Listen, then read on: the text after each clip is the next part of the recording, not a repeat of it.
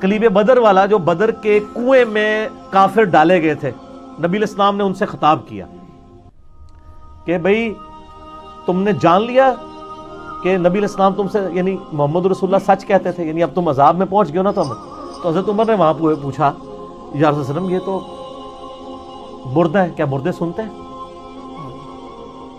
تو آپ نے فرمایا تم سے بہتر سنتے ہیں۔ اچھا، اب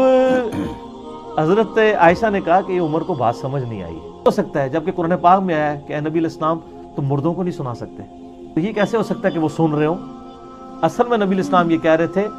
کہ اے عمر اب یہ تم سے بہتر جان چکے ہوں گے، کیونکہ وہ اب آخرت میں جا چکے ہیں، تم تو اس دنیا میں ہو نا، دنیا میں بیٹھ کے تو آپ جج نہیں کر سکتے نا عذاب کو اور جنت کو۔